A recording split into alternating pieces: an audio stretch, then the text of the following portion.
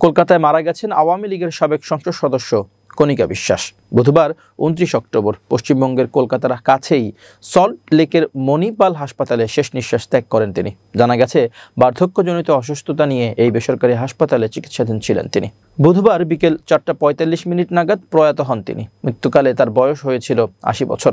বৃহস্পতিবার কণিকা বিশ্বাসের আত্মীয় চিকিৎসক ডাক্তার সুবোধ বিশ্বাস এই তথ্য নিশ্চিত করেন। বাংলাদেশের গোপালগঞ্জ জেলার ওরাকান্দিতে জন্ম হলেও গত কয়েক বছর ধরে পশ্চিমবঙ্গের উত্তর 24 পরগনা জেলার হৃদয়পুরে বসবাস করছেন তার পরিবার। কণিকা বিশ্বাস 1973 সালে প্রথম জাতীয় সংসদের নারী আসন 11 থেকে মনোনীত সংসদ সদস্য ছিলেন।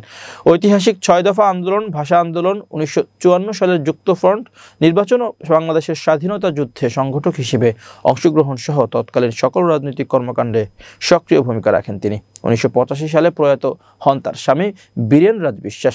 কণিকা বিশ্বাসের আত্মীয় চিকিৎসক ডাক্তার সুবোধ বিশ্বাস জানান, বিকেলে তিনি কলকাতার একটি হাসপাতালে প্রয়াত হন। বৃহস্পতিবার বিকেলে তার শেষকৃত্য সম্পন্ন হয় কলকাতার নিমতলা মহাশ্মশানে।